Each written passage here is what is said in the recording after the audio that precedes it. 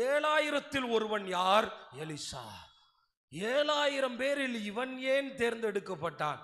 7000 நபர்கள் பாகாலுக்கு முழங்கால் படியிடாமல் இருந்தபோது இவனை ஏன் தெரிந்து கொண்டார்? அதைத்தான் நீங்கள் தேட வேண்டும். நீங்கள் படிக்கும்போது நிறைய படிச்சிருப்பீங்க. ஓஹோ, சூனேமியா வீட்டுக்கு போய் குழந்தை இல்லாதவனுக்கு குழந்தை கொடுத்தாரு, சூப்பர். ஆமாம், செத்து போன குழந்தைய உயிரோட எழுப்பினார், சூப்பர். தண்ணியில் உப்பு தண்ணியாக இருந்துச்சு, எனக்கெல்லாம் ரொம்ப ஆசையாக இருந்துச்சு. உப்பு தண்ணி இருக்கிற கிணத்தையெல்லாம் போய் நல்ல தண்ணியாக மாற்றுறதுக்கு ஆண்டவர் கிருபை கொடுத்தா இந்த ராம்நாட்டில் எத்தனையோ உப்பு தண்ணி கிணற நல்ல தண்ணியாக மாற்றலாமே. இப்படி நிறைய ஆசைகள் இருக்கத்தான் செய்யுது. ஏன்னா பிளாட் வாங்க போனால் நல்ல தண்ணி பிளாட்டு, உப்பு தண்ணி பிளாட்டுன்னே ஒரு ரேட்டு போடுறான். அப்படியே ராம்நாட்டிலேருந்து ராமேஸ்வரம் வர போயிட்டே என்னை கேட்டுக்கொண்டிருக்கிற தேவனுடைய பிள்ளைகளே, இவ்வளவு அற்புதங்களை எலிசா செய்தாரே, ஏன் 7000 ஒருவனாக இவனை கர்த்தர் தெரிந்து கொண்டார்? ஒரு கட்டிடத்திற்கு அஸ்திபாரம் மிக முக்கியம். அஸ்திபாரம் இல்லாத கட்டிடங்கள் எவ்வளவு அழகானவைகளாக இருந்தாலும், எவ்வளவு காசு போட்டு கட்டி இருந்தாலும் அவைகள் நிற்காது. இயற்கை சீற்றத்திற்கு நீண்ட கால அஸ்திபாரங்கள் தேவை. நீண்ட கால அஸ்திபாரங்களே இன்னும் அதிக செலவினங்கள் கம்பிகளை உள்ளே போட்டு சில நாட்கள் அதுக்குள்ளே வேலை செய்து அதுக்கு பெல்ட் போட்டு பீம் போட்டு அதுக்கு நிறைய செலவீனங்களை செய்து கட்ட வேண்டும். இந்த பக்கத்து வீடு 1 கோடி ரூபாய்க்கு மேல செலவு பண்ணி கட்டியிருப்பாங்க. ஆனால் இதுக்கு போட்ட மாதிரி இந்த நேரில் யாருமே அஸ்திபாரம் போடல. அவ்வளோ போட்டார். கம்பிக்கெல்லாம் பெயிண்ட் அடிச்சார். உட்காந்து கம்பிக்கெல்லாம் பெயிண்ட் அடிச்சு நிறைய வேலைகளை பார்த்தாங்க. என்னை கேட்டுக்கொண்டிருக்கிற தேவனுடைய பிள்ளைகளே, அந்த வீட்டை கட்டும்போது பல காலம் அஸ்திபாரத்தில் என்ன உங்கள் வீடு மேலேயே வரல?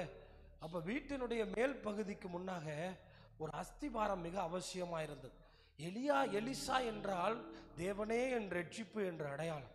எலிசாவினுடைய வாழ்க்கையில் தேவனே அவனுக்கு ரட்சிப்பாய் இருந்தார். தேவனைத்தான் அவன் ரட்சிப்பாய் கருதினான். தன் வாழ்க்கையோ தன் பலத்தையோ தன்னுடைய ஞானத்தையோ தன்னுடைய பணத்தையோ. ஏன்னா எலிசா பணக்காரன், மிக பணக்காரன். அன்னைக்கு 12 ஏர் பூட்டி உழுகிற ஒரு வயலை வச்சிருக்கான்னா அவன் பெரிய பணக்காரன். இன்னைக்கு நீங்க 2 மாடு கட்டி 1 ஏர் உழுகிற அதான் நம்ம ஊர் வயல்களில் பார்த்துருப்பீங்க. அதிகமாக டிராக்டர் வந்துருச்சு. கொஞ்சம் உள் கிராமங்களில் போனீங்கன்னா 2 மாடு போட்டு 1 ஏர் பூட்டி உழுவாங்க. 24 மாடு. எத்தனை மாடு? எப்படி உழுதுருப்பான்னு பார்த்துக்கிறங்க. இங்கிட்டு 12, இங்கிட்டு 12. ஃப்ரண்டில் ஒரு ஏர் போகும், அடுத்து 2 ஏர் போகும், அடுத்து ஏர் போகும், அடுத்து 12 ஏர் போட்டி 12ஆம் நம்பர் ஏரில் பின்னாடி இருக்கான் எல்லாரையும் கண்ட்ரோல் பண்ணி. ஓனர் வீட்டு பிள்ளை 12ஆம் நம்பர் ஏரில் தான் இருக்கணும். ஏன்? இஸ்ரவேலில் பெரும் பணக்காரனோட பிள்ளையா இருந்தாலும் தோட்டத்தில் வேலை பார்க்கணும். சத்தமாக சொல்லுங்க. அது சபைக்கும் அடையாளம். எம்மாம்பெரிய ஆளா இருந்தாலும் தோட்டத்தில் நமக்கு வேலை இருக்கு. கரங்களை தட்டி கர்த்தருக்கு ஒரு மகிமை சொல்லுங்க. அல்லேலூயா. மூத்த குமாரே இளைய குமாரே இருந்தா அப்பா சொன்னாரு, தோட்டத்துக்கு போய் வேலை பார்த்துட்டு வாப்பா, நீ தோட்டத்தில் வேலை பார்க்கணும். உங்க அப்பாவுடைய தோட்டத்தை நீ என்னதான் வேலைக்காரன் பார்த்தாலும் நீ பார்க்கணும்டா, அப்பதான்டா வேலைக்காரனே வேலை செய்வான் அப்படின்னு சொன்னா மூத்த குமாரன் கோவிச்சுக்கிட்டு போங்கப்பா, அதெல்லாம் நான் போக முடியாதுன்னு திட்டிட்டு போயிட்டான். இளைய குமாரன் உள்ளேன் ஐயா மாதிரி, ஐயா கண்டிப்பா போறையா, நான் போய் தோட்டத்தை பார்க்குறையா அப்படின்னு சொன்னான். இவர் நேர தோட்டத்தில் போய் பார்த்தா இளைய குமாரனை காணோம். யார் நிற்கிறா? என்னடா கோவிச்சுட்டு போனவன் எங்கே நிற்கிறான்?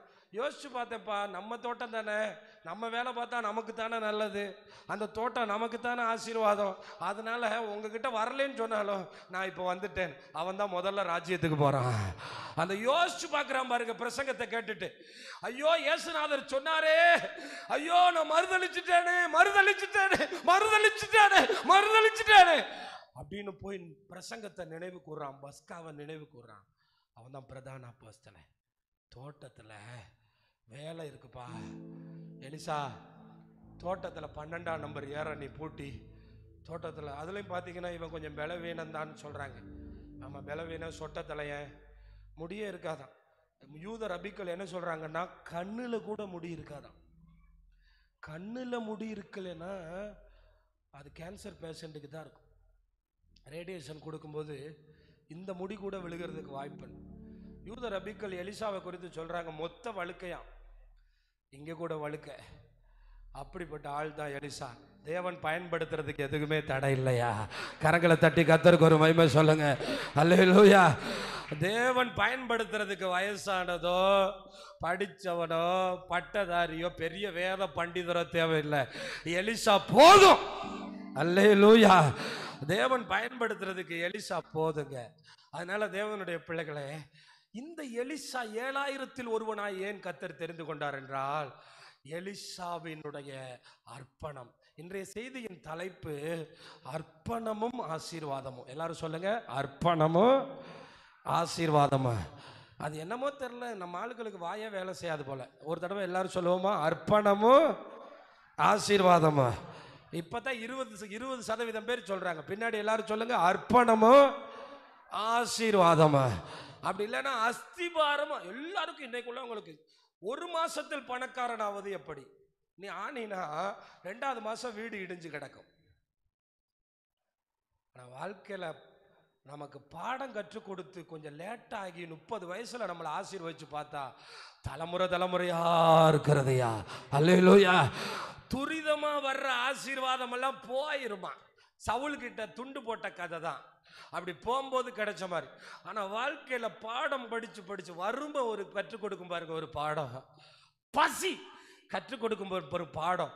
அவமானம் கற்றுக் கொடுக்கும் பாருங்க ஒரு பாடம். ஆமா, நம்மளை 4 பேர் கேவலமா பேசும்போது நமக்கு ஒரு பாடம் கிடைக்கும் பாருங்க. கொஞ்சம் கொஞ்சமா உன்னை மேல கொண்டு வந்து நிறுத்தும் பாருங்க. அந்த இடத்துக்கு பேர் தான் அந்த அர்ப்பணம். தேவனுடைய பிள்ளைகளை, நீ ஆசீர்வதிக்கப்படுறதுக்கு கொஞ்சம் காலதாமதம் ஆகுதா, கவலைப்படாத. கர்த்தர் எலிசாவை போல உன்னை ஆசீர்வதிக்க போறாரு. அல்லேலூயா. உனக்கு நிறைய கற்றுக் கொடுக்குறாரா, உன்னை உபத்திரவங்கள் வழியில நடத்துறாரா. ஆமா, நீ கேட்டது உடனே நடக்காம இருக்கா, கவலைப்படாத. நீ உனக்கு கிடைக்கிறத காத்துக்கொள்வ. உனக்கு கிடைக்க போற சந்ததியை நீ ஆசீர்வாதமா மாத்துவ. உனக்கு நிறைய காயம் இருக்கு, உனக்கு நிறைய கண்ணீர் இருக்கு, உனக்கு நிறைய வலி இருக்கு. அதை கர்த்தர் மாற்றுவார். நீ ஆராதிக்கிற தெய்வம் யாருன்னு புரிஞ்சுக்கிறேன். ஃபாஸ்ட் ஃபுட்டு தான் இன்னைக்கு உடம்புக்கு மிக கெடுதியா. என்ன சொல்றாங்க, ஒயிட் கலர்ல அதுல ஒரு மிளகு சேர்ப்பாங்க. அதுக்கு அவங்களுக்கு காசு பத்தாது. அதனால என்ன பண்ணுவாங்களாம், அதுக்கு பதிலாக வேற ஒரு இன்கிரீடியண்ட்டை போட்டு உள்ள கொட்டுவாங்களாம், கலர் பொடி. அடுத்து சோயா பீன்ஸ். ஒரு ஆள் பேசினாரு, சோயா பீன்ஸ்லாம் வாங்கி எங்கெங்க கொடுக்க முடியும்? சோயா சாஸுக்கு பதிலாக ஏற்கனவே பொரிச்ச எண்ணெய் இருக்கும்ல, அந்த எண்ணெயை அப்படியே உள்ள ஊற்றி இப்படி ஒரு குலுக்கி அப்படியே நாங்கள் கொடுத்து விட்ருவோம் அப்படிங்கிறாங்க. இருக்கிறதுல மோசமான ஃபுட்டு ஃப்ரைட் ரைஸ் தான். ஆனால் ஒரு 10 செகண்டில் 10 நிமிஷத்தில் உனக்கு வந்துடும். ஆனால் சாப்பிட்ட பிறகு சீக்கிரம் செத்து போவோம். என்ன? அதனால நான் சொல்கிறேன், தேவன் நமக்கு தர்றது தாமதமாக இருந்தாலும் தாவீதுக்கு தந்த மாதிரி இருக்கும். அல்லேலூயா. அதனால இந்த எலிசா, நீ கொஞ்சம் காத்துறா, உனக்கு காணான் தேசமே இருக்கு, நீ ஆசீர்வதிக்க. You blessed people. கொஞ்சம் பொறுத்துரு. உலக மனுஷனுக்கு முன்னாடி கர்த்தர் உன்னை உயர்த்துறத பாரு. கர்த்தருடைய ஆசீர்வாதம்னா என்னன்னு உன்னை கொண்டுதான் கர்த்தர் காண்பிக்க போறாரு. கர்த்தர் காண்பிக்க போறாரு. அதனால தேவனுடைய பிள்ளைகளை, நான் அதிகமா இப்ப இந்த செய்திகளை எடுக்கிறதுக்கு காரணம், இந்த வேத வாசிப்பெல்லாம் இப்படியே போகும்போது என் கண்ணில் ஆண்டவர் காண்பிக்கிறத நான் எடுத்து உங்க முன்னாடி வைக்கிறதா. இது எதுவும் ப்ரீ பிளான்டு கிடையாது. ஏன்னா அப்படி போகும்போது 2 நாளைக்கு முன்னாடி இந்த வேதத்தை வாசிக்கும் போது இதுக்குள்ள இருந்து ஆண்டவர் என்னை எலிசாவினுடைய கண்களில் போட்டார். அதனால தான் இந்த எலிசா எப்படிப்பட்ட அர்ப்பணம் உள்ளவனா இருந்தா 3 காரியத்தை உங்க முன்னாடி நான் வைக்க விரும்புகிறேன். முதலாவது அவருடைய அர்ப்பணத்தை நீங்க பாருங்க. 1 ராஜாக்களின் புஸ்தகம் 19ஆம் அதிகாரம் 19, 20, 21 வசனங்களை வாசிக்கலாம்.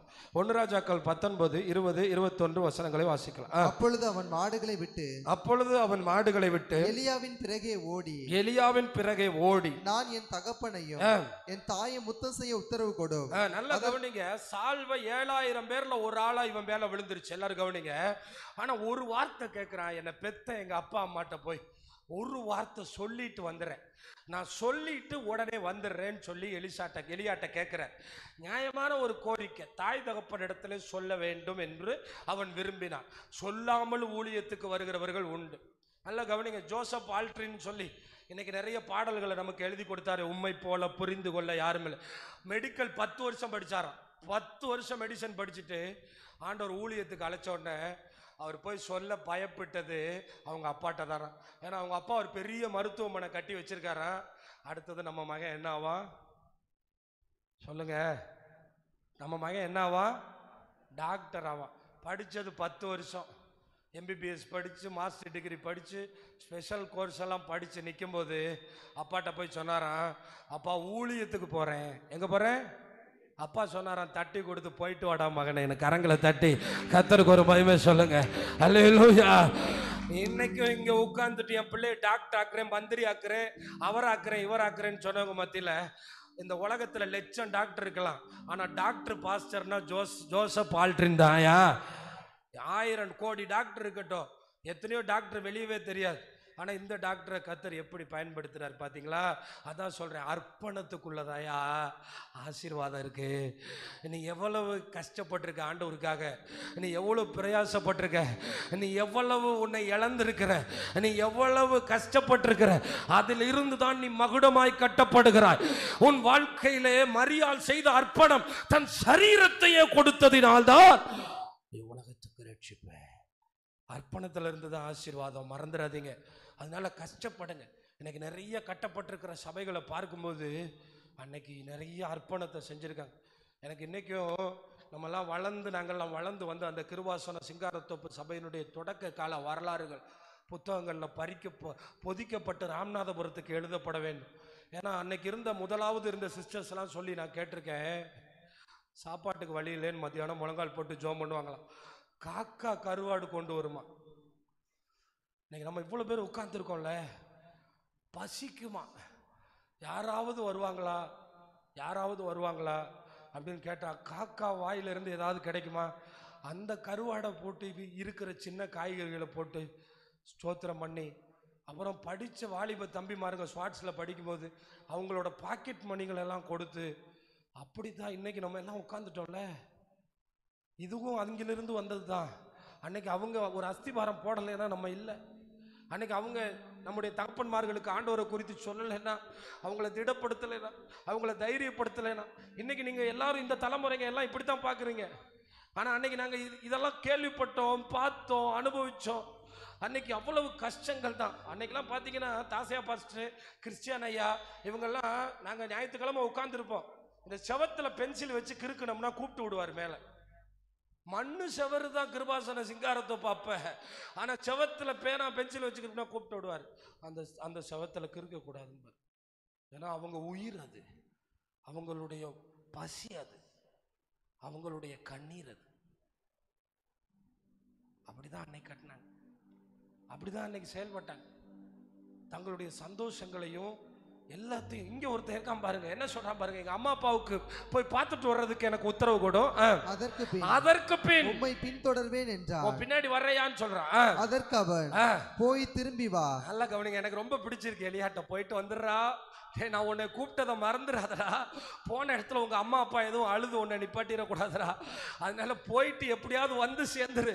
ஆண்டவர் வாக்கு கொடுத்துருக்காரு, உன் மேலதான் சால்வையை போட்டேன், திரும்பி வராம போயிடாத தம்பி, வந்துரு, திரும்பி போய் திரும்பி வா, நான் உனக்கு செய்ததை நினைத்துக்கொள் என்றான். 7000 பேர்ல உன் மேல சால்வை போட்டேன்லப்பா, கர்த்தர் உங்க மேலதான் சிஸ்டர் சால்வை போட்டிருக்காரு. போயிட்டு அப்படியே இருந்துடாதீங்க, ஆண்டவர் வர்ற வரைக்கும் திரும்பி வாங்க, திரும்பி வா, போய் திரும்பி வா, நினைத்துக்கொள், உன் மேல போட்டதை நினைத்துக்கொள். அப்பொழுது அவன் இவனை விட்டு போய் ஒரு ஏர் மாடுகளை பிடித்து அடித்து, அதாவது 2 மாடுன்னு சொல்றாங்க, ஒரு ஏர்ல இருக்கிற 2 மாடை பிடிச்சு அடிச்சு ஏரின் மரமுட்டுகளால் மொத்தம் இருக்கிற ஏரினுடைய 12 ஏரோட மரமுட்டையும் உடைச்சு அவைகளின் இறைச்சியை சமைத்து. ஒருவேளை டிகிரி சர்டிபிகேட் இருந்தா திரும்ப போய் வேலைக்கு போகணும்னு தோணும்ல. நிறைய பாஸ்டர் ஊழியத்துல கஷ்டம் வந்தப்ப அர்ப்பணத்தை மறந்துட்டு சர்டிஃபிகேட்டை கொடுத்து திரும்ப வேலைக்கு போகிற செய்திகள்லாம் நிறைய கேட்குறேன்ல. அதை எரிச்சிட்டோம்னா, அதை சாம்பலாக்கிட்டோம்னா திரும்பி பார்க்க மாட்டோம்ல. சத்தமாக ராமேன்னு சொல்லுங்க, அல்லேலூயா, சத்தமாக ராமேன்னு சொல்லுங்க. அது இருந்துச்சுன்னா திரும்ப திரும்ப. அதனால அர்ப்பணம் எப்படின்னா, திரும்பி போகக்கூடாது, திரும்பி வந்துடக்கூடாது. ஏர்முட்டு இருந்தால் திரும்பி வர தோணும், உடனே அதான் இன்னைக்கு சமையலுக்கு மரம். இன்னைக்கு அதை உடைச்சு சமைடா, அதை உடைச்சு நொறுக்கி தனக்கு ஆதாயமா இருக்கிறதெல்லாம் அழித்து விட்டு ஊழியத்திற்கு புறப்பட்டான. கரங்களை தட்டி கர்த்தருக்கு மகிமை சொல்லுங்கள், அல்லேலூயா. எனக்குன்னு ஏதாகில இருந்தா நான் திரும்பி போயிருவேன். எனக்குன்னு அந்த ஏர் இருந்துச்சு, நான் திரும்ப போயிருவேன். அது உடைச்சு நொறுக்கிடணும். நான் கேள்விப்பட்டிருக்கேன், ஒரு போதகர் சொன்னாரு, பிள்ளைகளை வளர்க்க வழி இல்லை, அதனால கேஸ் சிலிண்டர் தூக்கி பிள்ளைகளுக்கு சாப்பாடு. இன்னைக்கு நிறைய தேவனுடைய பிள்ளைங்களை பின்னாடி திரும்புறதுக்கு எதுவும் இருக்காதபடி, ஒருவன் என்னை பின்பற்றி வர விரும்பினால் தன்னைத்தான் வெறுத்து, எல்லாரும் சொல்லுங்க சத்தமா, தன்னைத்தான் வெறுத்து. அப்ப இந்த எலிசா என்ன நினைச்சிருக்கான்னா, இனி எலியா பின்னாடி தான் வாழ்க்கை, இனி திரும்பி வரக்கூடாது. திரும்பி வரக்கூடாதுன்னு அர்ப்பணம் பண்ணிட்டு தான் போனா. எத்தனை பேர் திரும்பி போயிடக்கூடாதுன்னு அர்ப்பணத்தோடு உள்ள வந்திருக்கிறீங்க? அப்புறம் ஏன் இன்னும் அந்த ஏர் முட்டை பிடிச்சிக்கிட்டு இருக்கீங்க? தண்ணிக்குள்ள இறங்கி ஞானஸ்தானம் எடுத்து கர்த்தருக்குள்ள ஒப்பு கொடுங்க, உடைச்சு நொறுக்குங்க, போதும். அது பக்கத்தில் இருக்க சதீஷ் பிரதர் வந்து கேட்டார், இப்போ ஐடி சிஎஸ்சிக்கு ரொம்ப டிமாண்டாக இருக்குடா, 40 ரூபா சம்பளம் கொடுப்பாங்க, வர்றியா? அதான் போச்சே, அதான் புதைச்சாச்சே, இனி எதுக்கு அங்கே கூப்பிடுறீங்க? அவர் வேலை நமக்கு நிறைய இருக்கு. சத்தமா அலையிலையா சொல்லுங்களேன். அவர் வேலை நிறைய இருக்கியா, அது செத்து போச்சியா, அது சாம்பலா போச்சு, அது இருக்கிற இடத்துல உடைச்சாச்சு. ஆமென். அது உடைச்சாச்சு. நமக்கு நிறைய வேலை இருக்குங்க. நமக்கு பணம் முக்கியம் இல்லை, நமக்கு அர்ப்பணம் தான் முக்கியம். நமக்கு அர்ப்பணம் தான் முக்கியம். பக்கத்தில் இருக்க ஆளை பார்த்து சொல்லுங்க, திரும்பி போறதுக்கு வாய்ப்பே இருக்கக்கூடாது. அதுக்கு தான் சொல்றேன், சர்டிபிகேட்டை மாத்து, திரும்பி போறதுக்கு நீ கள்ளத்தனம் பண்ணாத, வாய்ப்பு வைக்காதயா. 7 வருஷம் எலியாவுக்கு வேலைக்காரன். ஊர்ல கேட்டா எலிசான்னு சொல்ல மாட்டாங்க, எலியாவுக்கு கை கழுவி விடுறவன், எலியாவுக்கு கையில தண்ணீர் வார்க்கிறவை தான் அடையாளம். பணக்கார வீட்டு புள்ள, பெரிய வயல்களை வச்சிருந்தவன். ஆனா அடையாளம் என்ன தெரியுமா? எலியாவுக்கு கை கழுவுனவன் தான் அடையாளம், கை கழுவி கொடுத்தவன், அவ்வளவுதான் அடையாளம். ஏன் இதெல்லாம் செய்ய முடிஞ்சு தெரியுமா? தீர்க்கமான அர்ப்பணம் இருக்கு. கர்த்தர் என்னை கொண்டு பெரிய காரியத்தை செய்ய போறாரு, கர்த்தர் எனக்காக பெரிதானவைகளை செய்கிறாரு. தீர்க்கமானது. இனி இனி அது எனக்கு தேவையில்லை, இனி அது என் வாழ்க்கையில் வராது, இனி அவைகளை நான் தொடுவதில்லை. ஏற உடைக்கிறதுனா டிராக்டரை உடைச்சதுக்கு மாதிரி சமானம். உடைத்து நொறுக்கி எல்லாத்தையும் வச்சு சமைடா, அதையே வச்சு, அதை மறந்தானே உள்ள வைடா வச்சு நல்ல சாப்பாடு. ஊருக்காரன் எல்லாம் கூப்பிட்டு சொன்னா, ஊழியத்துக்கு போறேன், இனிமே என்ன தேடாதீங்க, ஊழியத்துக்கு போறேன். இந்த ஏரெல்லாம் உடைச்சாச்சுல, எல்லாரும் ஊருக்காரனுக்கு ஃபுல்லா சொல்லியாச்சு, எங்க போறேன்? ஊழியத்துக்கு போறேன். எங்க போறேன்? ஊழியத்துக்கு. பாருங்க, சமைத்து ஜனங்களுக்கு கொடுத்தான். நல்லா இருக்கு, அவனே சமைச்சிருக்கான். அவர்கள் சாப்பிட்ட பிற்பாடு அவன் எழுந்து எலியாவுக்கு பின் சென்று அவனுக்கு ஊழியம் செய்தான். முதல்ல நம்மள வெறுக்கணும், அப்பதான் நம்ம சண்டை போட மாட்டோம், அப்பதான் நம்ம எதிர்த்து அடிக்க மாட்டோம். நமக்குன்னு இருக்கிறத முதல்ல உடைக்கணும். அப்ப உடைக்கிறது தான் அர்ப்பணம். ஆராதனையில சுயத்தை உடைச்சிட்டு வெளியே போங்க, 6 நாள் அற்புதமா தான் இருக்கும். ஆராதனையில சுயத்தை வச்சுக்கிட்டு ஆராதிச்சீங்கன்னா தேவன் எப்படி பக்கத்துல வருவார், தேவன் எப்படி நெருங்குவார், தேவன் எப்படி தன்னை முழுமையாய் உடைத்து விட்டார். தன்னை முழுமையாய் தனக்கென்று எதுவும் வைத்துக் கொள்ளவில்லை, தனக்கென்று எதுவும் வைத்துக்கொள்ள. இது கேட்கறதுக்கு, ஆனா இது போல கோடிக்கணக்கான பேர், நான் அடிக்கடி சொல்லுகிற வில்லியம் கேரி ஒரு தடவை கூட திரும்ப தன் தேசத்துக்கு போகவில்லை. டிக்கெட் வாங்க வழி இல்லாமையா இங்கிலாந்தை விட்டு வந்தாருங்க. ஒரு தடவை சொந்த அப்பனை பார்க்கறதுக்கு போகலைங்க, ஒரு தடவை கூட திரும்ப இங்கிலாந்தை பார்க்கலைங்க. ஏன்? எல்லாத்தையும் உடைச்சு எல்லாத்தையும் போட்டு அடுப்புல. இப்படிப்பட்ட அர்ப்பணம் தான் அவர்களை இன்றும் பேச வைத்துக் கொண்டிருக்கிறது. ஆமா, எலியா என்பவன் இயேசுவுக்கு அடையாளமா இருக்கிறான். இயேசுநாதர் என்னெல்லாம் அற்புதம் செய்தாரோ அதையெல்லாம் பழைய ஏற்பாட்டில் செய்தவன் எலிசா. ஒரு அல்லேலூயா சொல்லுங்களேன். சாரி, எலியான்னு சொன்னேன்ல, எலிசா.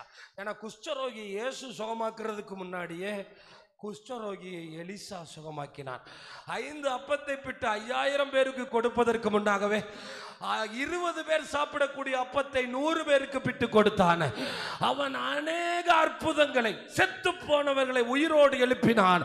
இயேசுநாதர் என்னெல்லாம் செய்யாரோ அதையெல்லாம் முன் அடையாளமாக அவன் செய்தான். அவர் பரலோகத்தை விட்டு வந்தார், இவன் வயலையும் ஏர் கலப்பையும் விட்டு போனான்.